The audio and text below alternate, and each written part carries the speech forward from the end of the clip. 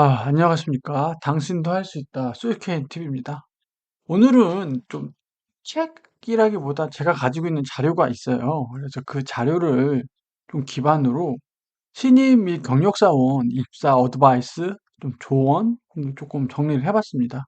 이거는 제가 이제 이직을 해서 입사를 앞두고 있다 보니까 이게 남 얘기 같지 않고 저도 요번에 좀 다시 한번 좀 정리를 하게 됐어요. 제가 이직을 그동안 한 세네 번 했는데 이번 이직할 때처럼 막 근로계약서도 다시 좀 보고 막 처우 협의도 이렇게 하고 이렇게 꼼꼼히 따진 적이 별로 없었던 것 같아요. 왜냐면 그동안에는 다 헤드헌터 통해서 했었거든요.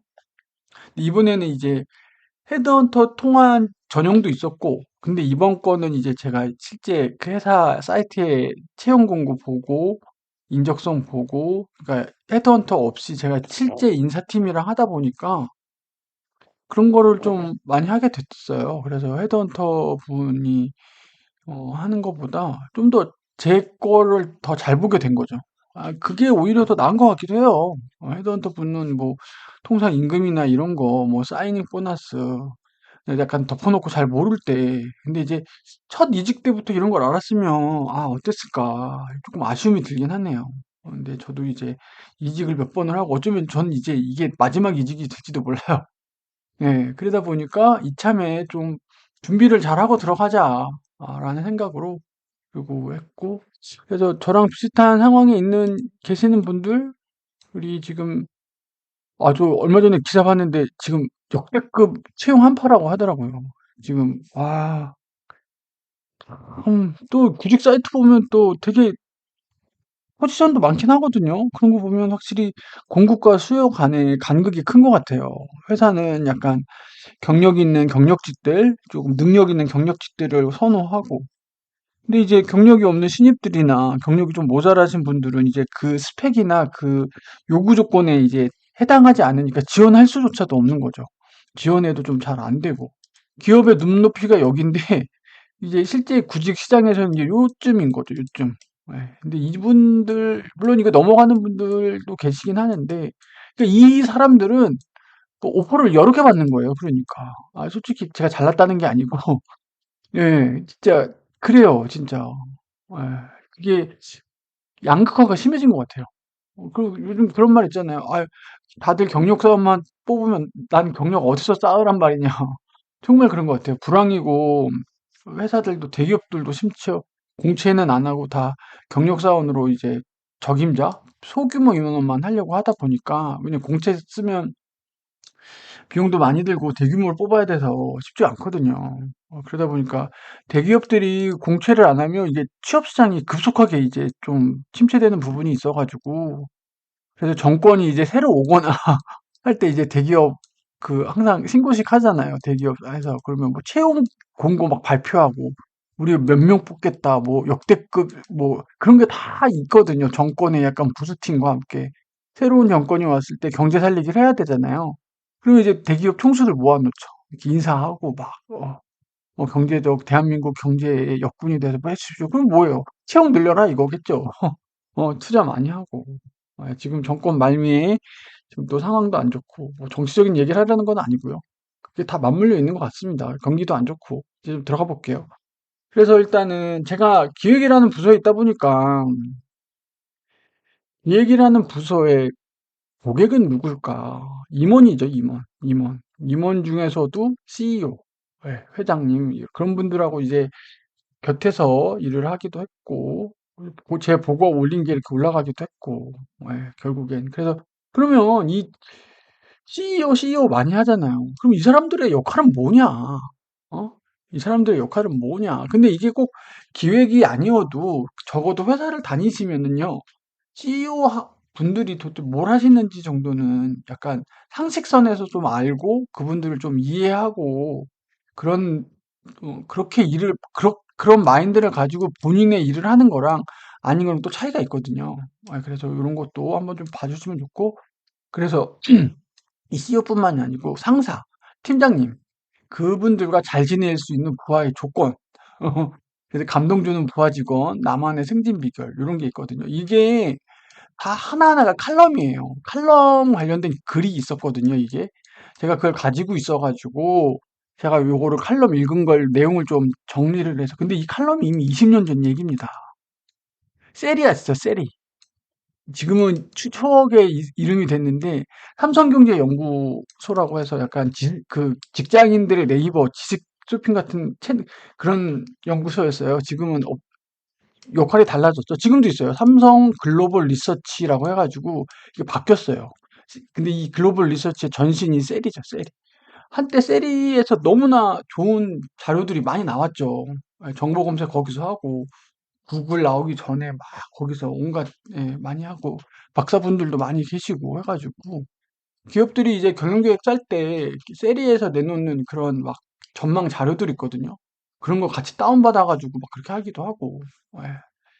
근데 셀이도 약간의 이슈는 있었어요. 예, 뭐 삼성의 입김을 받아서 그런 리포트를 쓰는 게 뭐 있지 않았냐. 그거는 뭐 제가 확인할 건 아닌데. 그리고 이제 조직생활 팁. 이거는 직장생활뿐만이 아니고 여러분들이 살아가시면서 좀 하시면 좋은 것 같은데 특히 직장생활에서는 특히 더 빛을 발할 수 있는 팁. 그리고 이제 근로계약서 필수 확인사항. 입사를 하실 때 이렇게 이런 것도 좋다 이거예요. 이런 멘탈적인 거, 이런 자세, 애터튜드, 비즈니스 애터튜드 하는 것도 좋은데 실무적으로 근로계약서를 어떻게 확인을 해야 될까? 저는 지금 이직을 세네 번 이상을 했는데도 제 근로계약서를 이렇게 꼼꼼히 뜯어본 건 처음이었어요. 예.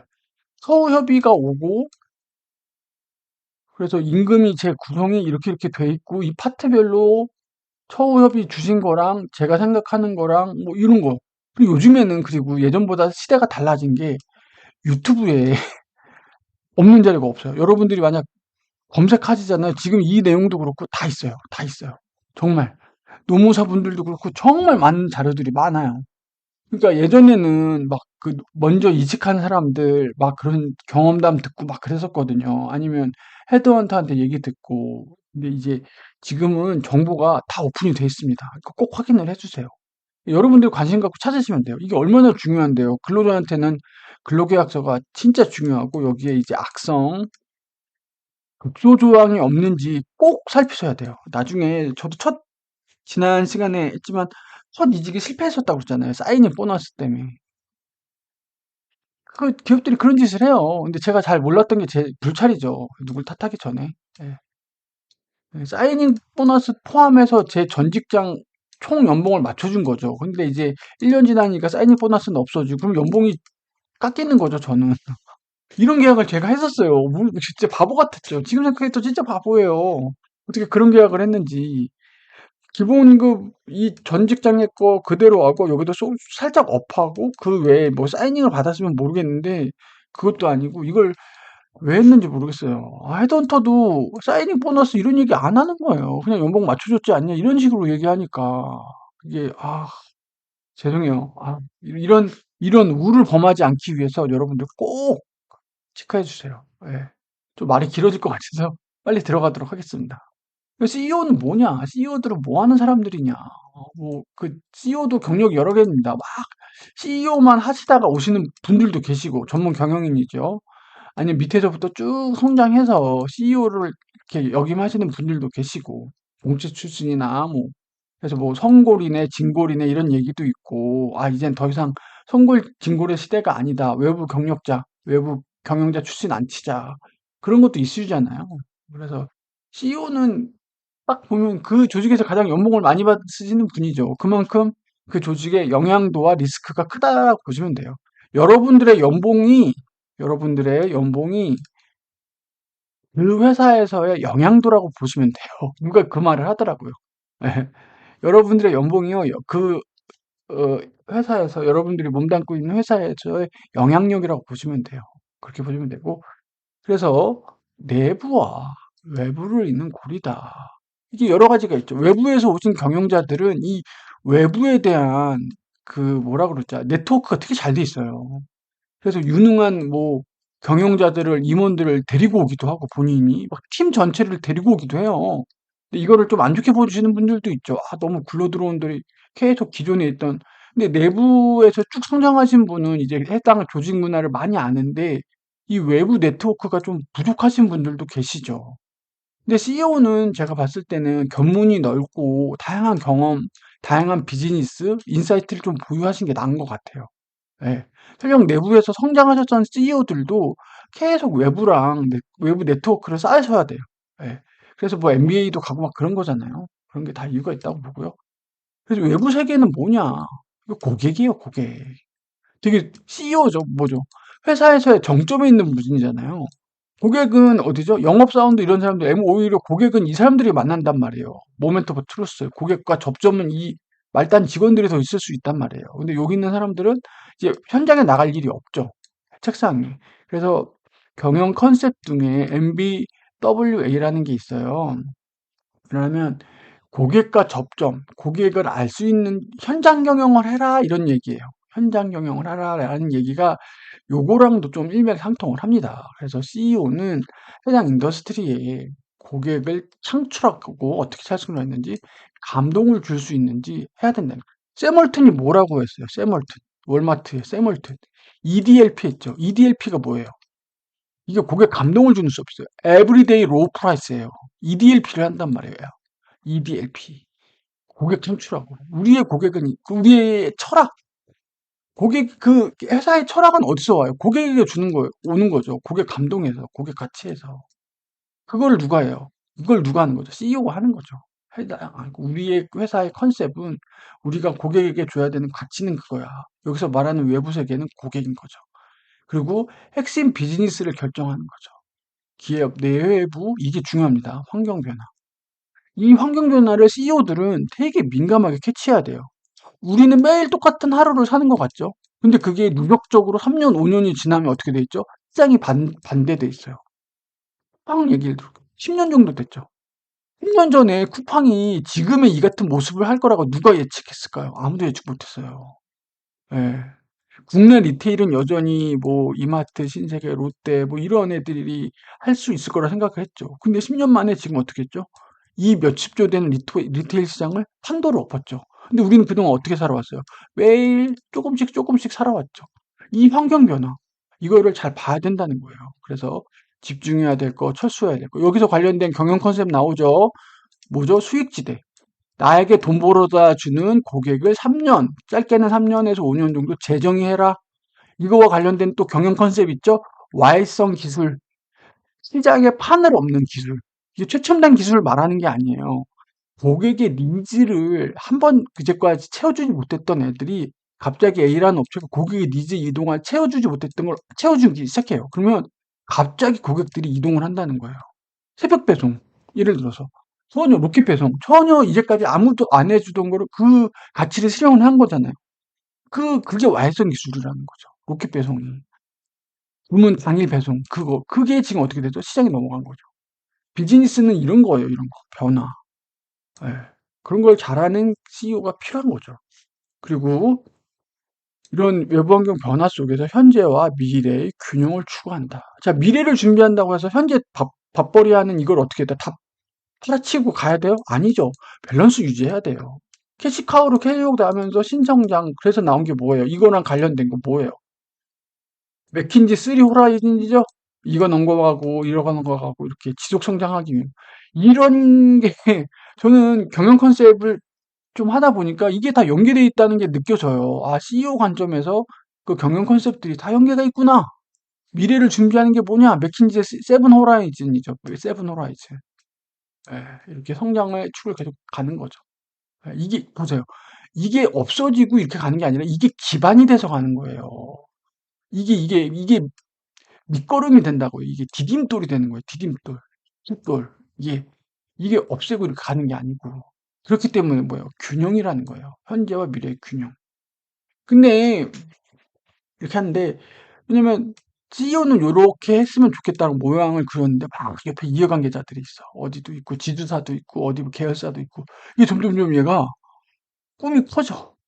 이게 이렇게 그러면 도저히 리치업을 한 게 아니게 되어버린 거예요. 이건 너무 물론 꿈은 높이 할수록 좋죠. 그러니까 높이 나는 새가 높은 가지에 앉는다는 말이 있긴 한데 이게 너무 과도해지면 이게 실행 전략이 안 나와요. 그래서 그런 것들을 잘 가지치기를 해야 되는 것도 CEO의 역량이다. 그리고 가치관, 기업 가치, 그렇죠. 기업의 철학, 그런 것들. 그래서 회사는 그 그 고객 가치, 예를 들어 EDLP 같은 걸 해준 거죠. EDLP를 천명을 했어. 세멀튼이. 우리는 고객에게 매일 가장 저렴한 물건, 그러면 그걸 위해서 모든 조직들이 운영이 되는 거죠. 어떻게 하면 될까? 막, 뭐 복지제도 없어요. 우리는 왜 복지 포인트 안 줘요?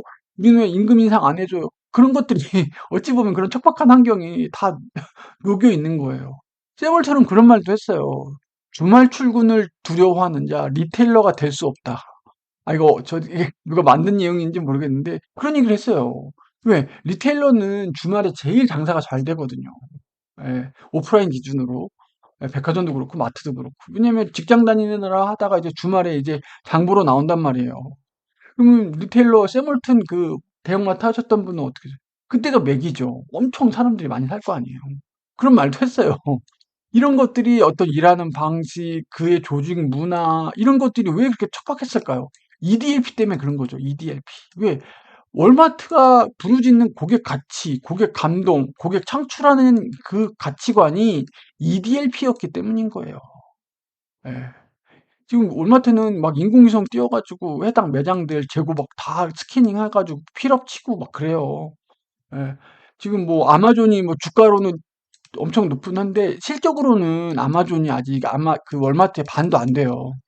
예, 월마트는 그리고 그 미국 같은 경우에는 어차피 당일 배송이 안 되거든요. 아무리 아마존 FBA 그거 한다고 해도 오히려 차 끌고 가는 게 더 나아요. 미국은 땅덩이가 넓다 보니까 월마트 올 시간에 그냥 자기 차 끌고 그냥 가는 게 나아요. 월마트가 더 가까이 있대요. 물론 아마존이 그 온라인 컨텐츠라든지 그런 쪽 회원제를 잘하긴 해요. 아마존 프라임 그쪽을 잘한 건 맞던데 월마트도 지금 온라인화 많이 됐죠. 많이 인수하고. 그래서 미국 쪽에서는 월마트의 실적이 그 아마존 전체 실적보다는 2배 정도 높은 걸로 나와요. 주가도 잘 나오고 있고. 그래서 월마트는 아마존과의 경쟁에서 전체 리테일 내에서의 경쟁은 그래도 계속 잘하고 있다. 근데 우리나라는 조금 힘들죠. 로켓 배송이 진짜 힘을 발휘하는 나라예요. 왜 작다 보니까. 그래서 지금 쿠팡이 어디 갔죠? 대만 갔죠, 대만. 왜냐면 대만을 왜 갔냐면 사이즈가 로켓 배송하기 좋은 사이즈 같아요. 예. 너무 넓으면 안 돼. 그 로켓 배송이 할 수가 없거든요. 이것도 딴 얘기를 했네요. 그래서 CEO는 이런 얘기를 하는 사람이다. 그러면 이런 역할을, 이게 역할이라면, 그리고 이렇게 하다 보면 여러 가지 리스크가 있어요. 특히 이 CEO는 리스크 관리 잘해야 됩니다. 물론 CEO를 서포터하는 기획 조직이나 위험 관리 조직 전문 그런 리스크 관리 팀을 두기도 해요. 근데 재무적인 리스크뿐만이 아니고 시장의 리스크죠. 그 시장의 리스크는 뭐죠? 환경 변화예요. 이 환경 변화를 읽지 못하고 환경 변화에 따라 그 리스크를 해칭하지 못하면 이 기업이 갑자기 어려워질 수 있어요. 이 리스크를 해칭하고 이 리스크를 회피하는 것도 CEO의 중요한 역할입니다. 이거 굉장히 중요해요. 요즘 들어 굉장히 각광받고 있어요. 왜냐면 경제 성장이 고성장할 때는 조금 허팅 나도 이게 얘가 회복이 빨랐단 말이에요. 근데 지금 어때요? 저성장 기조에 다 글로벌 침체잖아요. 그래서 한번 이렇게 꼬꾸라지면 회생이 안 돼요, 기업이 지금. 회생이 안 돼요, 회생이. 이 얘를 회생시키려면 다르고 성장할 수 있는 동력을 찾아야 되는데 그거 찾기도 힘들고. 잘 나가던 애들이 잘 나갈 수 있게 돌다리도 두들겨보고 막 해야 되는 거예요. 그래서 점점 투자 결정이라든지 신규 영역 활동이 점점 어려워지는 거죠. 시장의 난이도가 어려워졌어요. 그래서 기업 리스크의 위험도와 영향도가 급상승했다. 예. 예전에는 회사 하나가 꼬꾸라졌어요. 아, 이거는 그냥 탁 떨어졌나 했단 말이에요. 지금 어떻게 됐냐면 A라는 B, C라는 회사가 업계에 이렇게 있잖아요. 얘네가 경쟁 관계이면서 공조 관계인 거예요. 얘가 갑자기 재무적으로 어려워서 흑자도산했어. 그러면 얘한테 공급해 주던 거 모아둔 게 다 영향을 미치게 돼요. 그러면 이 시장 전체가 폭발적으로 지금 어려워지거나 디프레스 되는 거예요. 지금은 그렇게 연합전선이 짜져 있다는 거예요. 왜냐면 글로벌화도 많이 돼 있고 제휴도 많이 하다 보니까. 그러면 어떻게 되냐? 리스크 관리 시스템을 지속적으로 계속 모니터링하고 혁신할 필요가 있다. 말은 쉽죠. 말은 쉬워요. 너무나 정답 같은 얘기인데 이게 쉽지가 않아요. 기업 입장, 경영자 입장에서는. 그래서 기업 간 제휴 연계 복잡성이 증가하다 보니까 리스크 도미노 효과가 난다는 거예요. B라는 기업이 넘어졌어. 얘가 넘어져서 얘도 이게 시장에서 나가리가 되는 게 아니라 얘가 A에도 영향을 미치고 C에도 영향을 미치고 그런다는 거예요. 그러니까 얘랑 제휴할 때 좋다 이거예요. 제휴를 하면서도 플랜 B라든지 안전판을 만들어 놔야 된다는 거예요. 예. 그래서 대응 속도를 높일 수 있게 이 긴밀한 조직을 만들어야 된다는 거죠. 왜냐면 리스크가 터졌을 때 신속한 대응이 필요해요. 뭐죠? 응급처치. 우리도 그렇잖아요. 예. 응급처치를 얼만큼 하느냐에 따라 이 사람이 뭐 빨리 회복될 수도 있고 뇌로 가는 그 혈관이 맞춰졌을 때 아니면 뭐 반신불수가 될 수도 있고 그렇잖아요. 응급처치를 잘해야 된다는 거죠, 기업도. 소통 리스크. 소비자 네티즌. 그 파워 우리 네티즌들, 우리 대한민국 네티즌들. 그리고 검증도 되지 않은 팩트들이 정보들이 너무나 빨리게 확산된다는 거예요. 대응도 할 수 없을 정도로. 그렇게 막 터져나와요. 쓰나미처럼 막 그 부정적인 이야기들이 어떤 기업에 대해서. 그러면 이 터져나오는 이 댐이 터진 것처럼 쏟아져 나오는 이거를 다 막을 수는 없잖아요. 그럼 핵심 밸브만 잠근다든지 아니면 우리의 핵심 고객들이 모여 있는 쪽만 빨리 대응을 한다든지 아니면 우리는 언론사 중에 메이저만 대응을 한다든지 뭐 그런 식의 우선순위. 예. 그리고 사회적 책임, 도덕적 기업 있죠? 예, 요즘 뭐 그렇게 블랙 기업이라고 해가지고 그리고 사회에 대한 그런 사람들의 기준이 올라간 거예요. 기업을 바라보는 스탠다드가. 예전에는 막 그 폐수 방류하고 뭐 해서 그냥 그러더니 넘어가고 시간 지나면 잊고 했는데 지금 그렇지 않는다는 거죠. 예, 몇몇 그 우유 회사도 있었고 몇몇 그 블랙 기업이라고 찍힌 기업들도 있었고 그래서 그런 것도 이제 나올 수도 있고 일본 사례도 있잖아요. 일본 사례도 또 있고 그리고 원자재 리스크 지금 힘들죠. 예. 전쟁 나고 뭐 예전에도 뭐 석유 파동이 있긴 했어요. 석유 파동인데 지금은 이 원자재 리스크가 거의 상시화돼 있는 것 같아요. 뭔가 막 달러화 막 이런 거. 이 오히려 원유보다 달러의 변동, 환율 변동이 더 큰 변동성 같아요. 지금은. 예. 글로벌 이슈로 인한 원자재 가격 지속 상승. 그러니까 물가가 상승하면 어떻게 되죠? 생산 경쟁력이 떨어지죠. 기업의 경쟁력이 떨어지는 거예요. 예. 그러니까 수요가 줄겠죠. 가격이 올라가니까. 근데 물건을 팔아야 되는데 기업 입장에선. 그러니까 우리 재고가 쌓인단 말이에요. 물건을 못 파니까 가격이 오르고. 그럼 이것도 처치곤란이죠. 그럼 악순환이 계속되는 거예요. 고용도 못 하고. 지금 딱 우리나라 상황인 거죠. 진짜 이런 관리 이거 어떻게 해요? CEO 이거 어떻게 관리해요, 이거? 이거 CEO 이거 어떻게 관리할 거예요? 다 외부에서 일어나는 거거든요. 나는 이거 내가 한 거 아닌데? 내가 회사 내에서 내가 벌어진 일이 아니야. 나는 내 책임 없어. 그게 아니라는 거예요. CEO는 뭐예요? 회사 내부, 회사를 관리하는 것도 관리하는 건데, 외부로 있는 골이라고 했잖아요. 이런 리스크까지도 얘가 이겨낼 수 있게끔 관리를 해줘야 된다는 거예요. 대응. 신속한 대응. 대응할 수 있는 안전판. 이런 것도 만들어 놔야 된다는 거예요. 얼마나 어려워요, CEO 역할이. 예? 그렇잖아요. 이거 만약 안 했다가 본연적인 그 사업 영역이 다 망가질 수도 있고 조심해야 되는 거죠. 나는 전혀 한 거 없는데 막 이랬는데 막 갑자기 이러면 황당하죠. 그래서 아까 얘기했죠. CEO의 역할했죠. 기본적인 역할, 내부와 외부 뭐 이렇게 하고 리스크 관리도 중요한 역할이다. 그 환경 변화에 따라서 그리고 혁신을 해야 되는 거죠. 이런 변화 속에서. 이 혁신도 CEO의 중요한 역할이긴 해요. 혁신이 왜 필요하죠? 환경 변화가 계속 난단 말이에요. 마켓이 막 변해요.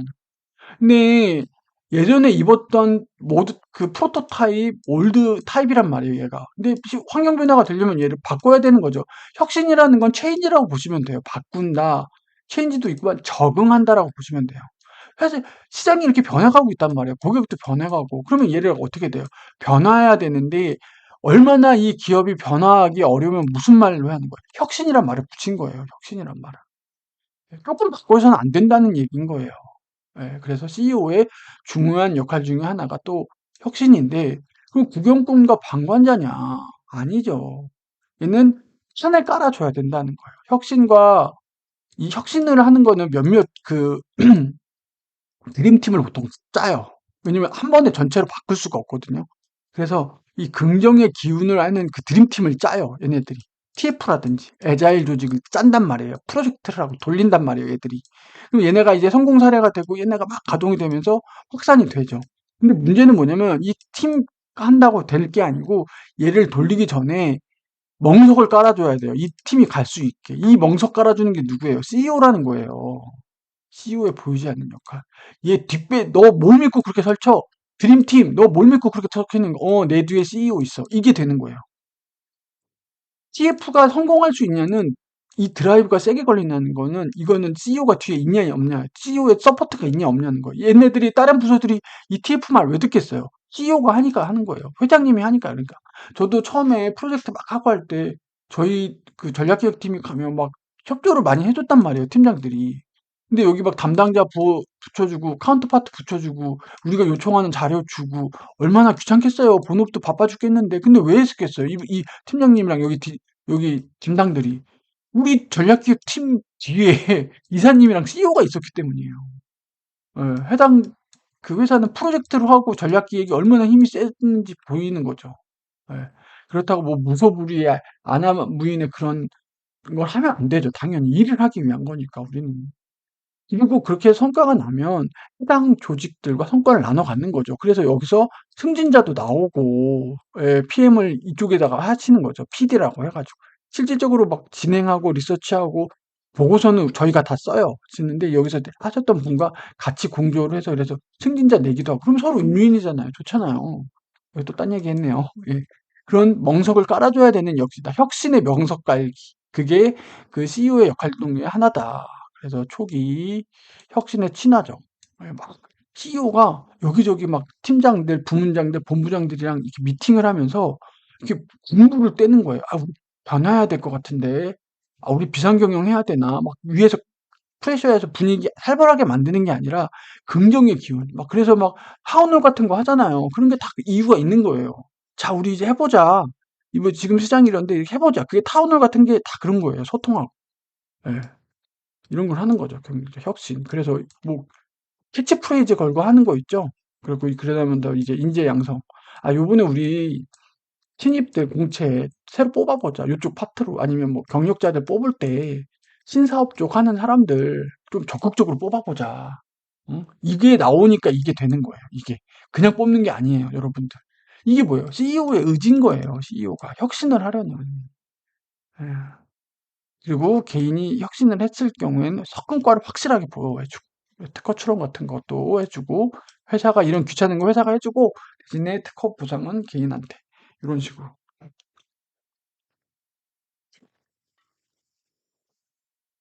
그리고 이거는 한국 기업에서 진짜 안 되고 많은 기업에서 안 되는 건데 혁신의 통제는 시장과 고객이 한다는 건 뭐냐면 철저히 시장과 고객의 관점에서 혁신을 이렇게 통제를 해야 된다는 거. 이 방향이 맞아?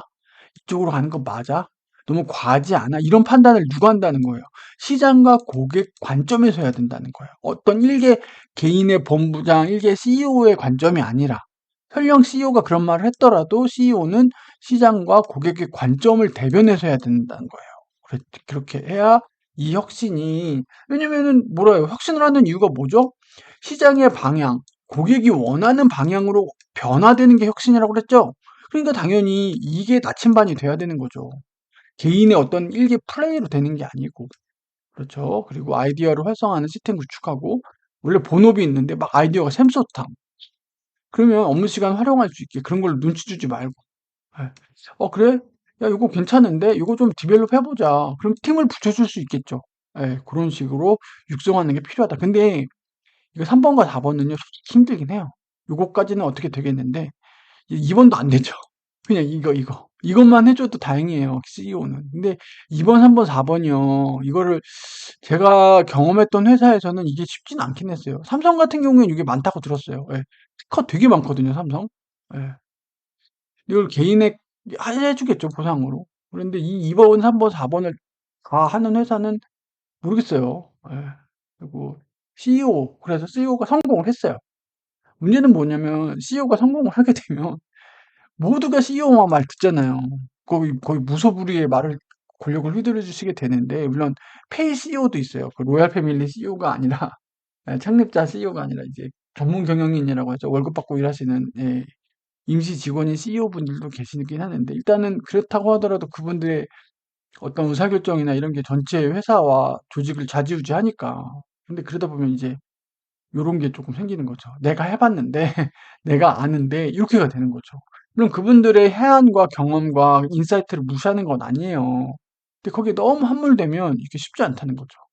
교만함, arrogant, 교만이 생긴다는 거예요. 근데 그도 그럴 것이 입지전적인 그런 분들 계시잖아요. 막 창업해서 몇 조 원을 달성하고 처음에 조그맣게 하시다가 근데 이렇게 하셨던 분들이 여기 뭐 날고기는 뭐 외국 대학 3개 대학 무슨 박사 출신들이 쭉 있을 거 아니에요. 석학들 싱크탱크 있을 거 아니에요. 얘들이 한번 얘기해봐도 산 경험은 이분들이 더 많단 말이에요. 조금 가소로워 보일 수는 있어요. 물론 이분들이 뭔가 해당 영역의 전공자로서 해당 영역의 좀 더 전문적인 지식은 더 잘 알겠죠. 예. 근데 본인이 이 사업을 키웠단 말이에요. 그러면서 온갖 모진 풍파를 다 이겨냈겠죠. 이분들보다는 어찌 보면은 이 경영자가 더 많은 고생과 노고가 있었을 수도 있고, 물론 창업자의 2세, 3세는 아닐 수도 있지만, 예, 본인이 이제 자수성가하신 분들 중에는 이분들이 이런 운세 속의 화초처럼 공부 열심히 하신 분들이 조금 그렇게 보일 수는 있을 것 같긴 해요. 실제로 제가 약간 느낀 것 같기도 하고. 근데 이분들 얘기를 들어야죠. 왜 그러려고 이분들 모셔놓고 비싼 연봉 주면서 안 친 거니까. 그리고 아무리 CEO라고 해도 모든 영역에서 다 알 수 있는 건 아니잖아요. 그리고 이분들을 안 친 거니까. 그 오픈 마인드와 길을 여셔야 되는데 그게 쉽지 않다는 거죠. 성공의 독이 돼서. 경영자의 자질이 기업의 수명을 결정한다. 뭘 뭐라 그러죠? 오너리스크라고 그러죠? 오너리스크. 예. 이제까지 경영 잘 크던 회사가 갑자기 2세 경영 오면서 삐끗나고 뭐 잘못되고 그런 기업들이 몇몇이 있죠. 제가 이거 얘기하면 조금 안 좋을 것 같아서 얘기는 하진 않겠습니다. 몇몇 기업이 있어요. 근데 오히려 잘 이어받아 가지고 더 크게 키우는 사람들도 있죠. 예. 진짜 있습니다. 그 오너리스크. 어. 경영자의 교만과 우월의식이 기업을 도산시킨다. 기업을 망하게 한다는 거예요. 아, 내가 하면 되겠지. 막연한 성공의식. 야, 내가 하는데 안 되겠어? 약간 그런 거. 아니, 근데 누누이 있잖아요. 대기업이 A라는 신규 영역에 들어가려고 한단 말이에요. 돈잔치 하면서. 야, 돈으로 발라. 우리가 마켓시어 1위 갈 때. 근데 여기에 원래 삶의 터전이 돼서 성장한 그 경쟁력을 갖춘 애들이 있단 말이에요. 누군가에게는 신규 지출 영역이면 누군가에겐 뭐 여기는 생존 영역인 거예요. 이 애들이 이 침공, 인베이더를 못 주겠어요. 물론 엄청난 자금과 물량으로 밀어붙이려고 하겠죠. 하지만 이들은 이들이 생존 영역이 여기란 말이에요. 진짜 목숨을 걸고 달려들겠죠, 이 사람들은. 아니면, 야, 너 얼마에 팔래? 이렇게 하겠죠. 차라리 그게 나을 수도 있어요. 경쟁자를 제거하는 방법 중에 M&A. 근데 대신에 그럼 헝그리 정신이나 그런 게 좀 없어질 수도 있고, M&A 하는 과정에서 PMI 하는 과정, 뭐 이런 것 좀 해서 이 기업이었기 때문에 수익이 났던 건데, 대기업으로 들어가면서 수익 구조가 깨질 수도 있고, 그런 이슈는 있거든요. 네, 그래서 뭐, 같은 얘기가 계속 들어오네요. 그래서 경영자는 보통 대인관계에 능하고, 경영자 중에 이 대인관계에 능하지 않은 분은 보기 힘들어요. I였다가도 E로 변하실 것 같아요. 왜? 그랬잖아요. 왜 내부와 외부를 잇는 자. 시장에 대해서 밝아야 되고. 그러면 그 인적 네트워크를 많이 가동할 수밖에 없단 말이에요. 그러면 자연스레 E가 되실 수밖에 없겠죠. 예의 범절이 밝으나 교만한 경영자. 뭘 교만하게 만들까? 경청하지 않는 거예요. 경청. 진짜 비즈니스에서 제가 카네기의 인간관계로 나오죠. 상대방을 회의에 들어가면 뭐 어떻게 해? 상대방이 말하는 거 다 들어줘야 돼요. 다 들어줘야 돼요. 적극적으로. 그게 뭐예요? 경청이죠, 경청. 경청. 나는 없는 거야. 너만 있어. 계속 얘기해. 오늘 회의 좋았어. 왜? 경청해주면, 상대방이 경청해주면. 경청을 해준 다음에 제 얘기를 해야 이 사람들도 관심이 생긴다는 거예요. 무식한 교만. 남의 말을 자르고, 뭔지 자신이 결론을 내리고 인격 모도성 바라면서 저 이거 세 가지를 갖춘 경영자를 제가 실제로 봤었어요. 진짜 어쩜 이렇게 이 세 가지가 어떻게 같이 오는지 모르겠어요. 이게 같이 와요, 세 가지가. 진짜 이 세 가지를 그대로 하시는 경영자분이 계시긴 했었어요. 신기하네. 예, 그리고 유식한 교만. 이건 되게 오묘한데 되게 상대방을 이렇게 존중해 주는 것 같아요. 처음에 저도 그랬거든요. 근데 알고 보면 존중한 게 아니에요. 존중해 주는 척하지만 귀는 귀는 열려 있어요. 귀 자체는 그렇죠. 물리적으로 열렸잖아요. 근데 듣지를 않는 거예요. 결국 이분도 경청하지 않는 거예요. 이분은 앞에서 말 자르고 막 본인이 앞에서 이분은요 그래, 그래요. 하고 이렇게 듣는 것 같아요, 처음에. 근데 결코 듣지 않아요. 결국엔 뭐예요? 이분이랑 하는 게 똑같아요. 본인의 결론대로 해요. 듣지 않는 거죠. 네, 그래요. 그렇군요. 하고 무시해. 이분들, 그래서 이분들 결국에는, 본인의 고집대로 하는구나. 본인이 시킨 대로 하는구나. 어. 너랑 싸우기 싫어. 넌 그렇게, 그래, 너가 오라 하고 그냥 넘어가는 거죠. 그래서 CEO 역할 이렇게 좀 있고 CEO가 좀 조심해야 되는 거. 예, 이렇게 총 네 가지 영역으로 봤고요. CEO가 참 쉽지 않죠. 그러니까 월급을 많이 받으시고 중책이에요, 중책. 회사의 명운을 달리할 수 있는 분이기 때문에. 그럼 많은 분들이 맞다. 혁신에 이렇게 해서 혁신에 좀 적극적으로 CEO가 달려들 때가 있어요. 속도, 선점 이런 이슈가 있을 때. 인생 살다 보면 그런 말 있잖아요. 인생은 속도보다 방향이야. 이쪽으로 방향이 맞는데 막 급하게 이쪽으로 간단 말이에요. 방향이 이쪽인데. 그 말이 틀린 건 아니에요. 틀린 건 아닌데 저는 좀 비즈니스에서는요. 방향도 물론 중요한데 속도가 상당히 중요해요. 상당히 중요해요. 예. 방향이 잘못돼서 속도가 빠르면 빨리 망하는 거고요. 빨리 망하는 거고요. 방향은 잘 잡았는데 속도가 느리잖아요. 아무것도 안 돼요. 왜? 경쟁이란 말이에요. 남들보다 빨리 해야 돼요. 그게 뭐예요? 선점이란 말이에요. 방향도 맞고 속도도 빨라야 돼요. 비즈니스에서는. 속도가 굉장히 중요해요. 비즈니스에서는. 네, 중요합니다. 그리고 인프라가 부족할 때 인프라를 하려면 그 시간이 걸리잖아요. 그러면 CEO가 와가지고 먼저 막 인프라 이거 하기 전에 나머지 걸 빨리 만드는 거예요. 빨리. 예. 왜냐면 이거 아니면은 인프라가 어떤 물리적인 실질이 없으면 팀들이 안 움직이거든요. 야, 그거 인프라 생기고 하지. 천천히 해. 뭐 1년 지났다가 생겨? 알았어. 이렇게 된단 말이에요. 근데 CEO가 먼저 그 청사진을 그려놨어. 이건 알았어. 이건 내대로 공사하라 그래. 공사하라 그래. 근데 우리는 그 이후의 걸 더 빨리 해. 공사 딱 끝나는 동안에 빨리 운영할 수 있게. 그런 식의 속도 내는 거죠. 예. 전자 차원의 이게 그 혁신의 덩어리가 엄청 큰 거예요. 예. 이건 한 부분 뜯고 친다고 될 게 아니야. 그러면 이 부분, 이 부분, 이 부분, 이 부분, 이 부분을 CEO가 직접 PMPD가 돼가지고 막 좌지우지하는 거예요. 예. 뭐 사업의 전환이라든지 BM의 전환이라든지 이런 큰 것들 있잖아요. 챙기는 거죠. 그리고 리스크가 너무 클 때. 뭐 있잖아요. 일본 기업들이 많이 하는 거 이렇게 있어가지고 뭐 사건이 너무 커. CEO 뭐 여기 재무이사 재무 뭐 이렇게 뭐 안전관리자 해가지고 인사하죠. 뭐 어, 죄송합니다. 막 이런 거 한단 말이에요. 이런 것도 있고 그리고 컨트롤 타워가 되어가지고 큰 이 재앙이 벌려졌을 때 컨트롤 타워가 되어가지고 신속하게 대응해야 되는 거죠. 컨트롤 타워. 상황실. 그런 것들을 CEO가 직접 해야 된다. 이렇게 봐주시면 좋을 것 같고. 예, 그러면 이제 또 부하 직원 또 보겠습니다. 이제 거의 한 90%의 사람들이 부하 직원이죠. 상사가 되기도 하고 부하 직원인데, 그러면은 회사에서 어떻게 성과는 물론 성과 내고 잘 배우고 하는 건데, 비즈니스 애티튜드라고 그러죠. 태도. 이게 연차마다 조금 차이는 있는데, 기본적으로 이게 중요해요. 이거는 뭐, 신입도 그렇고, 경력도 그렇고, 몇 년 차가 됐건, 일 잘하시는 선임들을 봐도 이 태도가 굉장히 좋으세요. A급 중에 이 태도 나쁜 분을 전 본 적이 없어요. 예, 태도가. 그리고 리더의 부하 직원에 머무르지 않는 거예요. 동등한 파트너라 그러죠, 파트너. 이 파트너, 동료가 되는 거예요.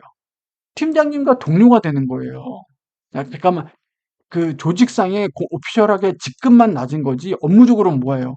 거의 어깨를 견주는 거죠. 왜? 이만큼 얘를 믿고 요 부분에서는 얘가 팀장이 자기 자신보다 더 잘하는 거예요. 그러니까 얘 파트를 얘한테 주는 거죠. 감당식으로. 그래서 이렇게 해서 팀이 이렇게 돌아가야 되는 게 제일 좋아요. 팀장이 요구하면 탁 갖다 주고, 요구하면 탁 갖다 주고. 팀 케미가 좋겠죠.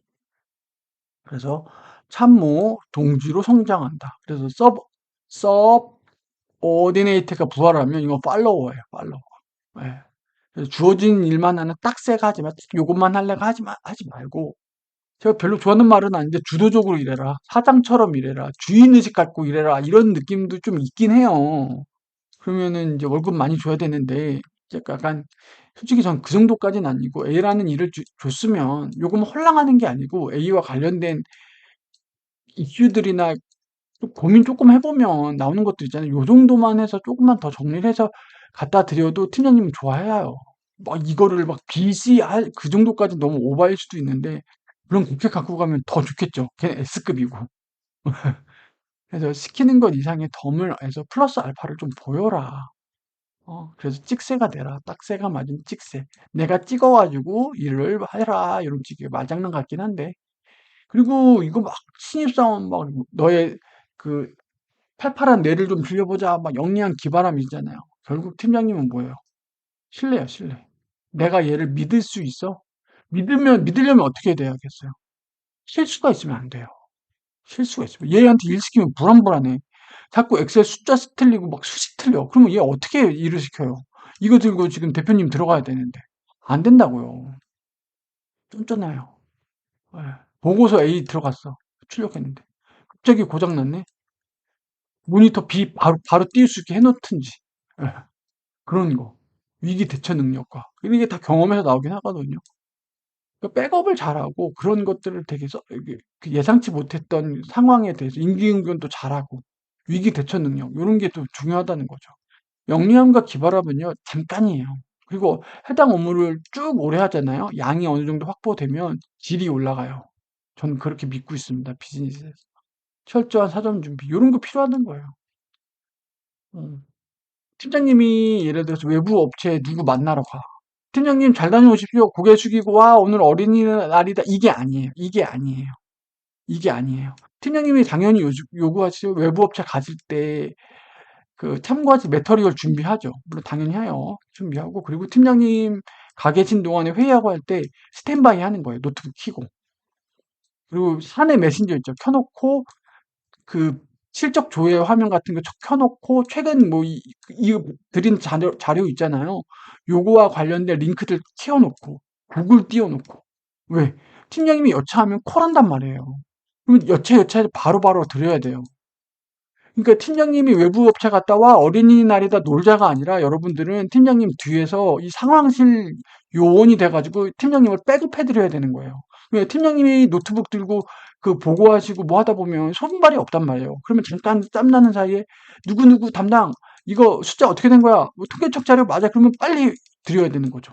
왜냐면 이거 보고하시다가 다른 임원들이 본인의 생각으로 저거 맞아? 저거 맞아? 내가 본 거 아닌데 이른단 말이에요. 그러면은 바로바로 대응해야 돼요. 아, 이거 저희 했는데 통계청 몇 월 자료입니다. 그러면 이 사람이 그래? 깨갱한단 말이에요. 근데 이거를 막 말렸어. 그럼 이 보고가 말려버려요. 그러니까 여러분들 꼭 이거 해드려야 돼요. 예. 해당 스탠바이 하고. 이거 되게 중요한 역할입니다. 예. 사내 메신저 켜놓고, 카톡 켜놓고, 스탠바이 해가지고 자료 딱 띄워놓고, 물론 팀장님 들고 가시는 그 자료에 당연히 이 각 주의 출처 이런 거 다 써놓긴 하죠. 당연히 써놓는데 그래서 당연히 해야 돼요. 그리고 그 팀장님이 야 누구 무슨 로우 데이터 보내봐 이런단 말이야. 지금 메일로 그러면 빨리빨리 보내드려야 돼요. 급하게 돌아가면 그렇게 해야 돼요. 그렇게 해서 이 보고가 흘러가는 중에 막 공격들이 들어온단 말이에요. 의문점, 퀘스천. 이 의문점과 퀘스천이 안 들어오는 보고도 그거는 잘못된 죽은 보고예요. 예. 그렇기 때문에 그런 거를 이 들어왔을 때 빨리 이게 처치하고 이런 걸 해드려야 돼요. 팀장님은 이거 가서 보고하기도 바쁘시단 말이에요. 물론 찌라고 가셨겠지만 이런 것들을 빨리 디펜스 해드려요. 왜? 우리 뒤가 백업이. 그럼 같이 가서 뒤에 개원으로 앉아서 해드릴 수도 있는데 그게 아니라면 그렇게 해서 이 보고를 종결을 시켜야 돼요. 끝까지 보고. 그러면 오케이 의사결정 사항 나오겠죠. 근데 여기에 갑자기 막 챌린지가 들어오는데 여기서 꺾였어. 보고를 못했어. 아, 다음에 보고합시다. 이거 최악이야. 최악. 최악이에요. 어떻게든 보고가 클로징 될 수 있게끔 이 사이사이의 요청 사항이라든지 의문점들을 꿰뚫고 나갈 수 있게 해드려야 돼요. 이 백업이 돼가지고. 예, 이거 중요합니다. 특히 기획들 중요합니다. 나만의 승진 비결. 사소한, 이거 진짜 사소한 일로 나오죠? 예, 철저한 사전 좀 이게 일맥상통하죠. 이게 왜냐면 다 신뢰예요. 팀장님이 널 믿을 수 있어서 든든해. 이게 어디서 나오는 거야? 이거예요, 이거. 이거. 예. 그래서 어떻게 해요? 팀장님이 나오기 전에 일찍 나오고 팀장님보다 늦게 퇴근하고. 그래서 그게 나온 거예요. 저도 원치 않아요. MZ세대 요즘 워낙 알고 있어요. 삶의 균형 알고 있는데 어쩔 수가 없잖아요. 팀장님이 계시는 동안에 당연히 함께 해야 되고, 팀장님 먼저 일찍 나와갖고 보고자료 준비하고, 팀장님 가신 이후에 애프터 서비스 같은 거 좀 해드리고, 예. 야, 어디 누가 메일 보내달라는데, 뭐, 보내드리고. 이렇게 좀 하면, 아, 얘 든든하네. 팀장님이 딱 아는 거예요. 지금 이 시간에 막 출근하시는데, 누구는 지금 회사에 사무실에 있겠네? 탁 하면 진짜 있어. 야, 뭐 돌려가지고 그거 좀 해석해 봐. 되는 거지. 대응이 빠른 거죠, 대응이. 아까 뭐라 그랬죠? 비즈니스는 속도가 중요하다고요. 예, 중요합니다. 또 너무 말을 많이 했네요. 제가 정말 제 모토이자 제가 정말 좋아하는 말이 여기 하나 나옵니다. 너에게 주어진 모든 것은 너의 능력을 입증할 수 있는 기회이다. 복사 한 부 하는 것조차도 그것도 이거 누가 했지 알 수 있다는 거예요. 와, 요즘 시대랑 안 맞는 말일 수도 있는데 회사에서 성장하시기로 마음을 먹었다면 요거 가슴속에 품으시고 한번 해보시는 게 어떨까 싶습니다. 그리고 창의성이라는 거죠. 철저한 이런 역량 기능. 일의 의미, 내가 하고 있는 의미가 전체 회사 내에서 내가 어떤 일을 하고 있는 의미를 알고 질적 성장이 전제돼야 창의성이 나오는 거예요. 갑자기 모르는 애한테 이거 띡 주고서 뭐 이렇게 아이디어 내봐. 안 나와요. 안 나와요. 천재가 아닌다. 천재도 쉽지 않아요. 그러면 질적 성장은 뭐예요? 양적 성장이 전제돼야 돼요. 그게 경험입니다. 성공한 리더는 뭐죠? 소심쟁이라는 거죠. 이거 99%다 만들어 놨어. 근데 한 번에 1% 데이터 팩트 체크 안 한 걸로 와르르 무너진단 말이에요. 와르르. 예. 그리고 왕중추라고 디테일이라는 힘의 저자가 있대요. 그래서 이런 말을 했대요. 참 이게 안타깝긴 한데 실제로 이렇게 종종 벌어지는 일입니다.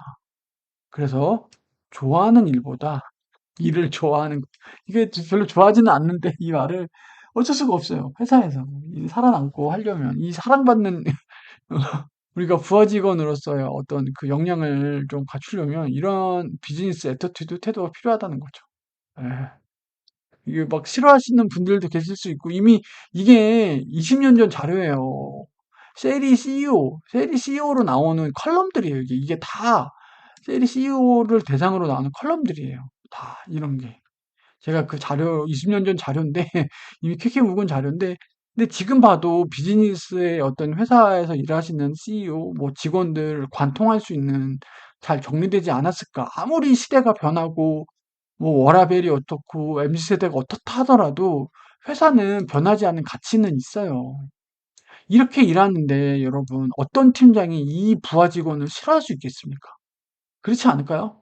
제가 팀장이라면 제 부하 직원이 이렇게 일을 하잖아요. 너무 행복할 것 같긴 해요. 예. 당연히 성과평가 줄 수밖에 없고 조직도 그걸 알겠죠. 예. 그리고 비즈니스에서 또 조직생활 팁입니다. 사과하기. 죽어도 요거 안 하고 싶지 않은 사람들 많죠. 저도 이게 잘 안 돼요. 난이도 A급. 감사하기보다 사과하기가 더 힘들어요.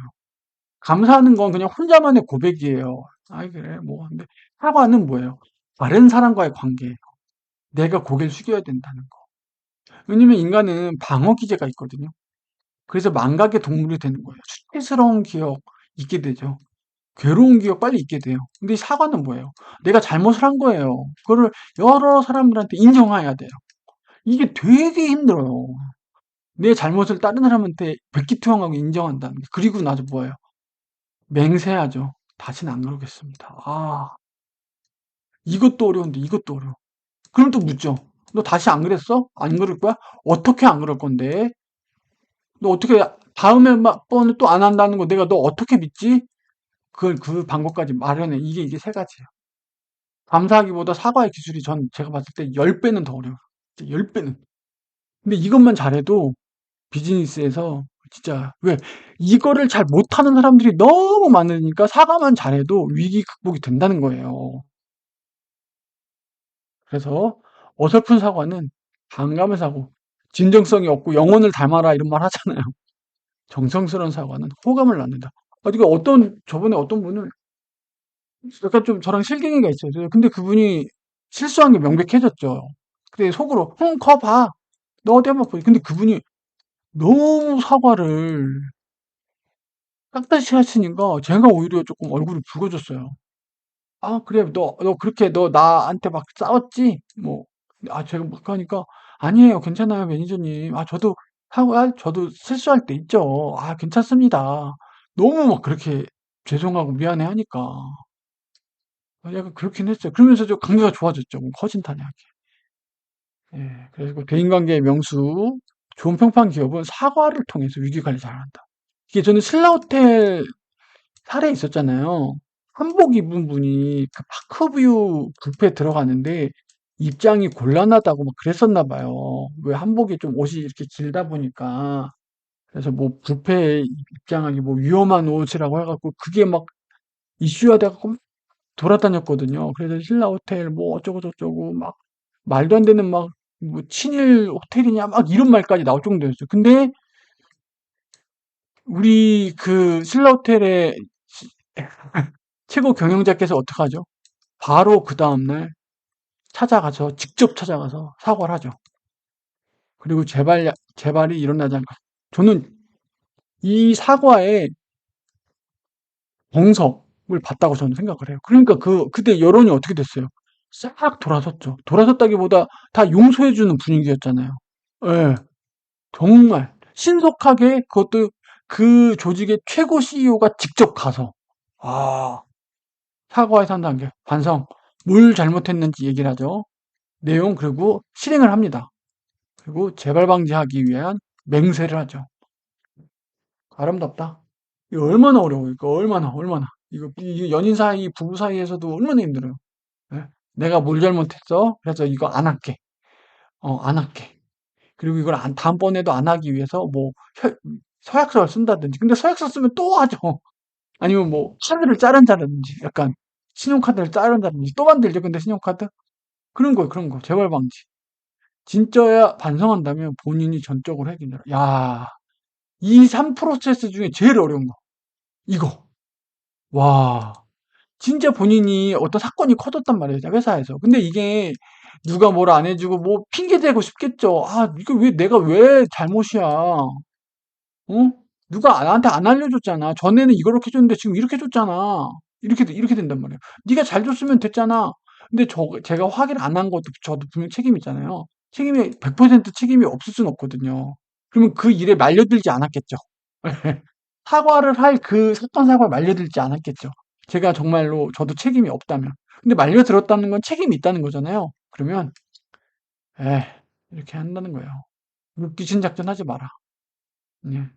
모든 책임은 나에게서 멈춘다. 물론 트루먼 대통령에서 멈춰야죠. 이게 더 가면 안 되긴 하는데 이런 마인드였대요. 저는 이거 보고 느꼈던 분이 탤런트 최민수 씨. 예전에 이태원에서 무슨 그 노인 차로 밀고 갔다는 그 막 기사가 나왔었어요. 엄청 비난했죠, 막. 뭐, 프로가이 뭐 어쩌고 했는데, 결국 노인 공경도 안 하고 막 그랬던. 그런데 그, 최민수 탤런트 분이 무릎 꿇고 그냥 사과하고 산속으로 들어가시죠. 연예계 그거 안 하시고. 근데 이제 나중에 이제 기사들이 막 나오기 시작을 하는 거예요. 그때 상황에 대해서. 근데 최민수 씨는 일단은 거기에 그 상황에 내가 벌어진 거고, 그렇게 연루됐다는 거에 책임을 느낀다. 예. 설령 그게 더 이렇게 했을 수 있는데, 물론 저도 자세하니까 그 정도만 할게요. 그런 모습을 보긴 했어요. 그리고 제때 적절하게 하지 않은 사과는 상한 우유와 같다. 와, 비유 봐라. 상한 우유 마시면 어때요? 불쾌하고 배탈나죠? 제때, 이거 막 우유곡절 그때 막 다 까발쳐지고 나니까 뭐, 그제서야 못 이기는 척, 하는 사과를 한단 말이에요. 그건 상한 우유랑 같다는 거죠. 안 하는 이만 못한 거예요. 반드시 대책이 따라야 된다. 팀장은 그랬지. 보통 팀장이 그 팀원이 실수했죠. 일단 화가 나죠. 저 새끼 막 실수 자체에 대한 불만. 당연해요. 인간이면 누가나 그래요. 왜 내 팀에서 이런 리스크가 났을까? 사건이 났을까? 팀장으로서의 팀을 관리하는 업무에서 이제 그런 게 나면 팀장님의 역량 평가가 이제 안 좋거든요. 그렇게 몇 번 하면 그죠. 두 번째, 이거 꼭 재발 가능성, 불안이 있는 거예요. 이 불안을 불식시켜 드려야 돼요. 그래서 여러분들 뭐죠? 심할서스라고 그러죠? 회사에서. 요즘 쓰는지 모르겠어요. 심할서스라고 그런단 말이에요. 뭔가 사건 사고가 나죠. 그럼 네가 뭘 잘못했고, 네가 그래서 어떻게 대처할 거고, 그래서 여기 뭐가 들어가? 이 세 가지가 다 들어가는 거예요. 심할서 요 세 개 넣으시면 돼요. 예. 그 인터넷 구글에서 심할서 양식, 심할서 뭐 담아야 될 내용 치면 요거 세 개 다 들어가요. 예. 재발 방지. 예. 이거 보고 싶어 하셔서 그런 거예요. 이거 보고 싶어서. 재발 방지. 상해자들은 요 재발 방지를 보고 싶어 하세요. 그래서 이 재발 방지에 대해서 재발 방지가 될 것 같아. 그럼 오케이. 아, 이거 약한데, 다시 써와. 이렇게 되는 거죠. 예.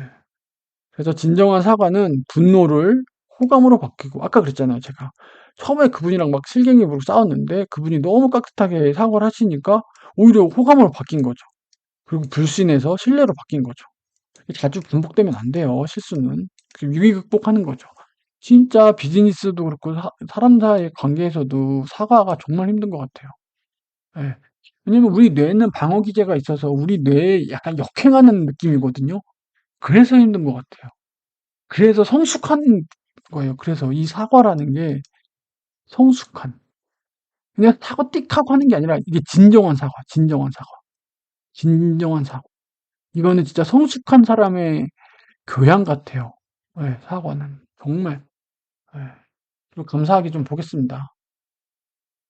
아, 그 오프라 윈프리 뭐 다케다 와헤이라는 회장님인데 그 일본 가면 편의점도 그렇고 그 계란빵 계란 과자 같은 거 있어요. 이렇게 동글동글하게 생긴 거. 저도 먹어봤는데 되게 맛없거든요. 근데 그거 만드는 회사 회장이래요. 근데 이제 감사하게 복창하면서 그 매일 감사 일기 쓰기. 그 뭐죠? 보도 셰프의 이기는 습관 있죠. 그리고 사소한 습관에 내고 꼭 감사 일기 쓰라고 하잖아요. 이거는 강력한 것 같아요.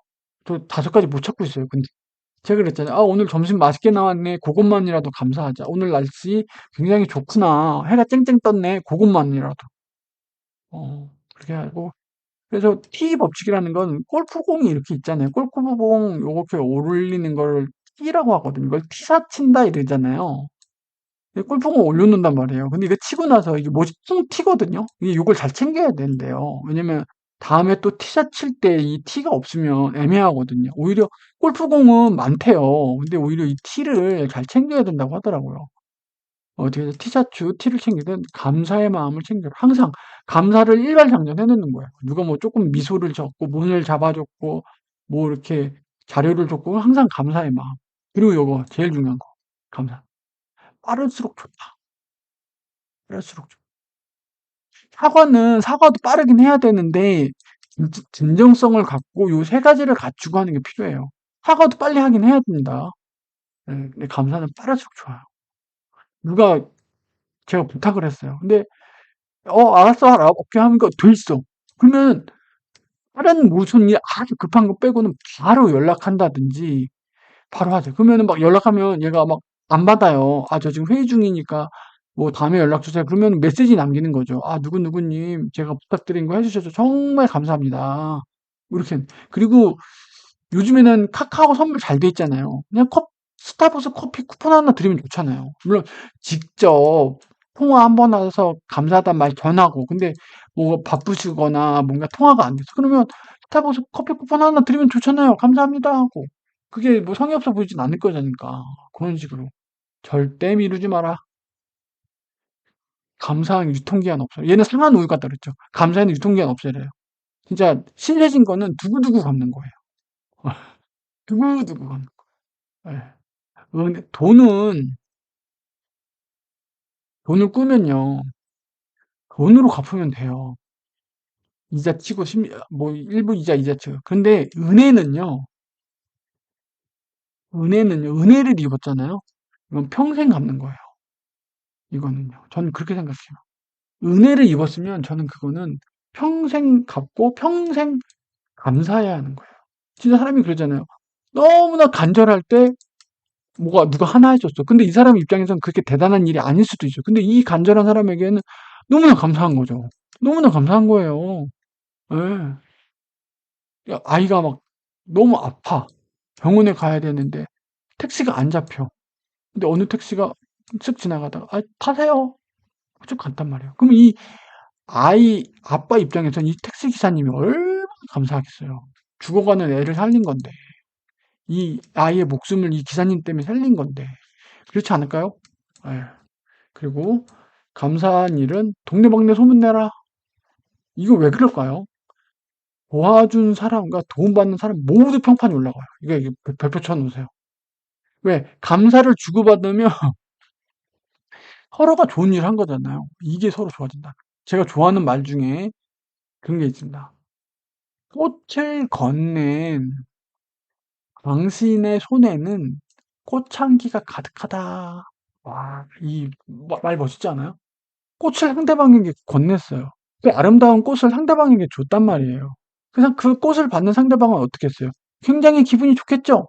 근데 저는 꽃을 줘서 허하고 마음이 끝나는 게 아니라 제 손에는 뭐가 남죠? 향긋한 꽃향기가 남는다는 거예요. 와, 진짜 어쩜 이렇게 아름다운 말이 있을까요? 근데 실제 저는 그렇게 못한다는 거. 막 비난하고 비꼬고, 아, 애들한테. 아, 진짜 뉘우치네요. 아. 그래갖고, 제3자를 통해 전해진 평판은 10배 효과다. 아부는요, 그 사람 앞에서 하는 거고요. 평판은요, 그 사람 뒤에 나오는 이야기인 거예요. 근데 이 평판이 좋다라고 나오면 이 사람이 얼마나 기분이 좋겠어요. 야, 또 보니까 너 일 잘한다며? 너 이번에 보니까 너 주변 사람들한테 팀장님이, 야, 무슨 매니저, 네? 야, 우상아, 너 매니저, A 매니저. 너 보니까 A팀, B팀 뭐 되게 잘 도와준다고 그러더라. 되게 사람들이 너 좋아하는 것 같아. 이 말 들으면 어떻게 돼요? 와, 끝났지. 게임 끝났지. 그날 하루 종일 웃고 다니는 거죠. 하루 종일 웃고 다니는 겁니다. 진짜 이거 한번 경험해 보셔야 돼요. 경험해 보셔야 돼요. 예. 그래서 전체적으로 이제 CEO 그리고 부하의 어떤 아직 부하라 부하라고 안 그럴게요. 약간 참모, 동지, 그리고 좋은 그 부하 직원이 되기 위한 팁, 그리고 사회생활 하는 걸 했고요. 요거는 이제 좀 실무적으로 이제 근로계약서 필수 확인 사항입니다. 저도 이번에 처음 해봤어요. 저도. 이직을 그동안 몇 번을 했는데, 이제 저도 이걸 처음 해봅니다. 와, 이건 좀 뉘우쳐야 될 것 같아요. 그래서 일단 근로계약서는 입사 당일에 작성을 원칙으로 합니다. 예, 그래야 모든 게 좋아요. 퇴직 날짜라든지 뭐 그 퇴직금 산정할 때 기준이 되는 거예요. 시작일이 이때예요. 예. 되도록이면 일치시키시고 그리고 이거 중요합니다. 이거 요즘 악성 기업들이 많아요. 경기가 안 좋다 보니까 조금 그러니까 영세하거나 좀 작은 회사 그 기업들을 좀 무시하는 게 아니고 약간 근로기준법에 약간 그 구멍들 그런 것들을 잠깐 샥샥 이용하려고 해요. 그런 기업들이 그런 것들을 좀 안 좋죠. 그래서 여러분들이 알고 대처를 하셔야 돼요. 근데 제가 지나왔던 회사들은 첫 번째 회사 빼고는 그렇지는 않았어요. 왜냐면 다 대기업 계열사다 보니까 운이 좋았죠. 그러다 보니까 이런 기업의 평판? 그런 게 평판 관리가 중요하다 보니까 그렇게 할 수가 없었어요. 인사팀도 그렇고. 근데 첫 번째 이직할 때 약간 조금 작은 회사 갔었는데 그때는 좀 걔네가 그렇게 연봉 가지고 조금 그런 게 좀 있었어요. 제가 확인을 안 한 게 잘못이었죠. 싫었으면 제가 그 처우 협의할 때 좀 올려달라고 하든지 했었어야 되는데 아이, 그 기업이 나빴다는 게 아니고 제가 불찰이고 여러분들은 그런 거 잘 확인해 보시고 그리고 인터넷 지금 유튜브 검색하시면 정말 많이 나옵니다. 정말 많이 나와요. 요즘엔 정보가 정말 풍부해요. 여러분들이 꼭 찾아보세요. 옛날보다 환경이 정말 좋아졌어요. 예. 그리고 막 어쩌고저쩌고 막 한단 말이에요. 경영자가. 뭐 해줄게. 내가 봐줄게. 막 구두로는 약속을 한단 말이에요. 근데 실제 계약서에 명시되지 않았어.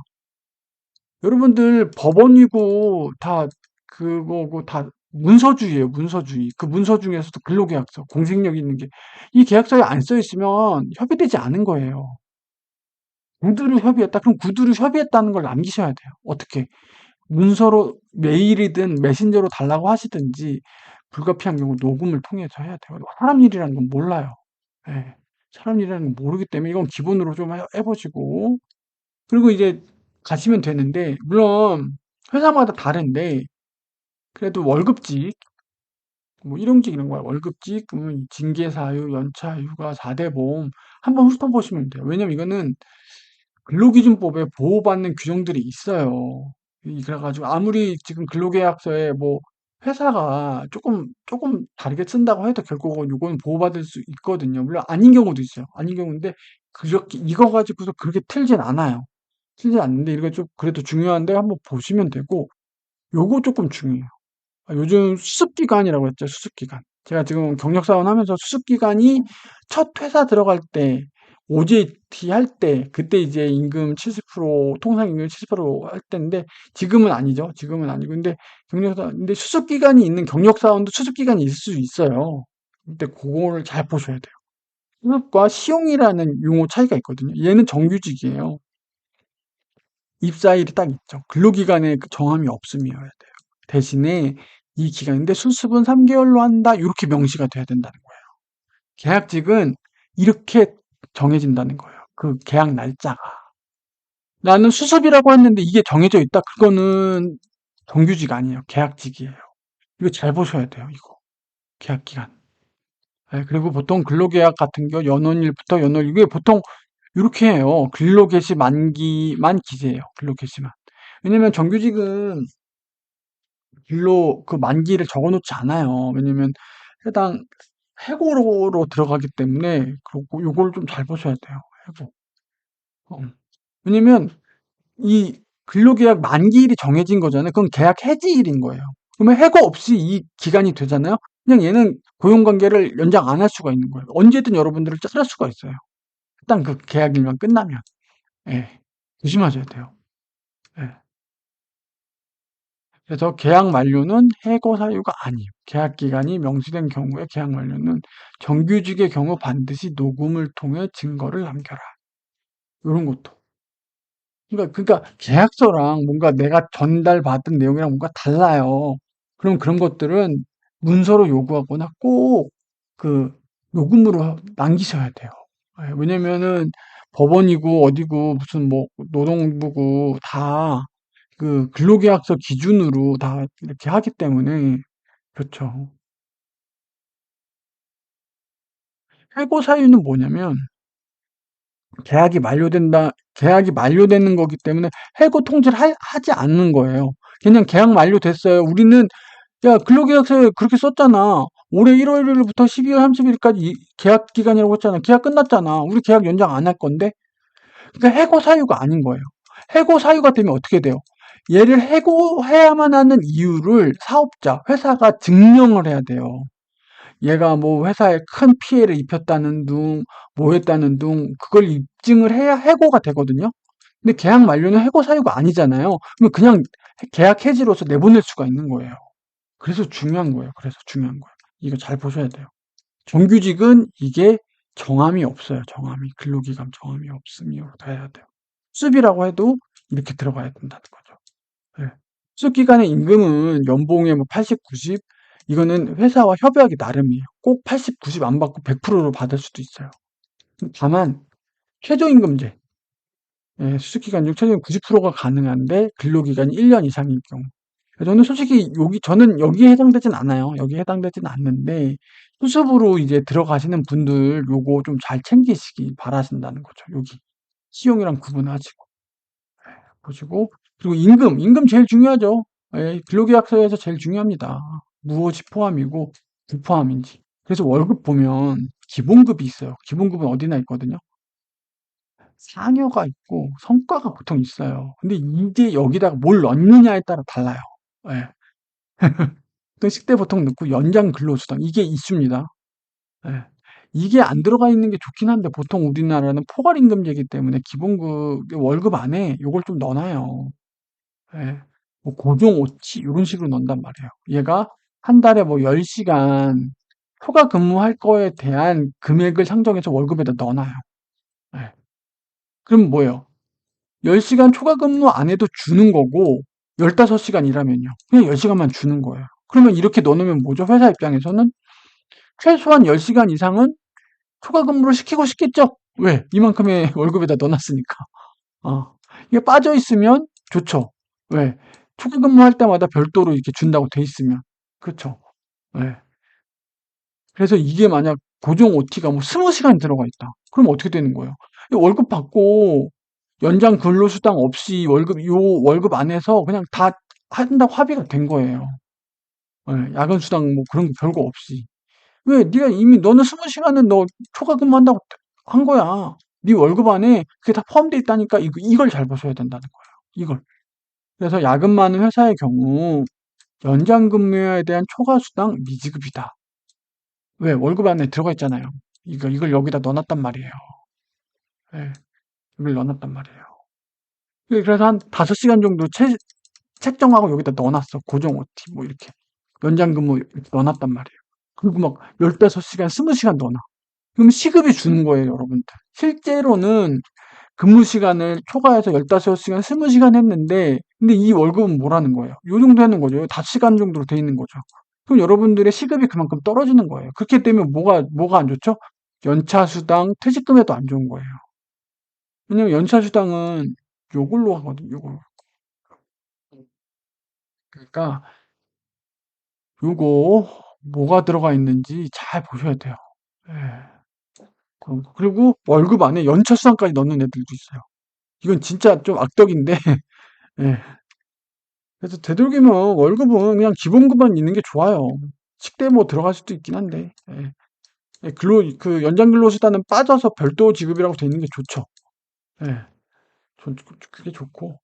그래갖고, 실제로 제가 체크리스트를 만들었습니다. 그래서 근로계약 쓸 때 이런 걸로 좀 보고, 여기 있는 내용 이제 그대로 옮겼죠? 요 계약 해지, 징계사, 요 연차, 요런 거, 요런 항목들이 어떻게 있는지 보고, 요 근로계약, 그쵸? 이거 중요한 걸 좀 이렇게 좀 색깔을 좀 줬어요. 예. 그래서 요런 거. 그 수습기간, 요 항목이 이렇게 나온대요. 신규 입사자는 입사한 날로부터 3월간은 수습기간으로 한다. 경력직 포함. 수습기간 정도는 만료 시 업무 수행에 대해 적성 등의 회사의 직원도 부적당하면 본직을 거부할 수 있다. 이런 식으로 나온다는 거예요. 근데 이 수습이 이렇게 돼 있고, 요렇게 돼 있어야 된다는 거예요. 근로계약이. 이렇게 돼 있으면 얘는 정규직이거든요. 근데 3개월 이렇게 돼 있으면 이거는 계약직인 거예요. 여러분 잘 보셔야 돼요.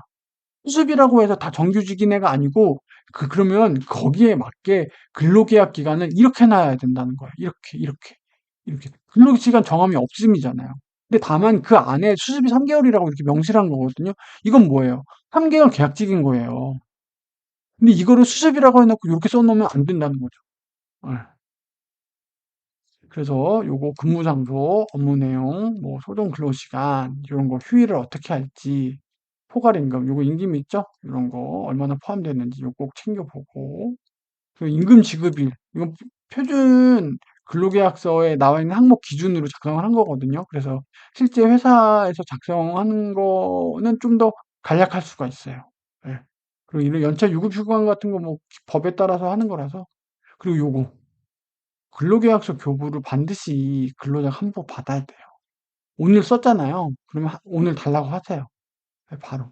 그리고 근로계약서가 이렇게 있는데 맨 끝에 사업주 또는 회사 이렇게 있고 근로자 이렇게 있거든요. 두 개가 다 사인이 있어야 돼요. 네. 사인 없는 건 이 근로계약서가 적법하게 제대로 유효성이 없는 거예요. 이 두 개, 양자가 이 근로계약에 대해서 합의했다는 걸 보여주는 거죠. 그래서 꼭 요거 확인해 보셔야 돼요. 그래서 저는 요 체크리스트까지 만들었고, 그래서 이렇게 그 근로계약 쓸 때 확인을 하면 좋은 상황들까지 해서 그렇게 좀 정리를 해봤습니다. 아, 요번에 저도 이제 새로 또 가면서 좀 초심을 잃지 않기 위해서 기획의 어떤 인원으로서 CEO, 제 기획팀의 고객이라고 해서는 CEO의 어떤 역할을 다시 한번 되새기고, 저도 이제 새로운 조직에서 이제 팀장님, 상사를 잘 서포터하기 위한 애터튜드 다시 좀 한번 받고, 그리고 전체적인 어떤 회사 생활 하면서 놓치기 쉬운 사과라든지 감사하기 이런 것도 좀 했고요. 그리고 이제 연봉 계약할 때 실제적으로 음, 그렇게 연봉 계약했고, 그래서 체크리스트까지 좀 했습니다. 더 자세한 거는 이제 유튜브 찾아보시면 더 많은데, 저는 요 정도 좀 정리를 하고 저랑 비슷한 상황에 있는 분들한테 좀 도움이 좀 어드바이스 진짜 됐으면 하고 그렇게 하겠습니다. 아, 긴 시간 또 봐 주셔서 감사합니다. 당신도 할 수 있습니다. 여러분들의 이직을 그리고 더 좋은 곳으로의 이제 또 새로운 도전을 제가 응원해 드리도록 하겠습니다. 감사합니다.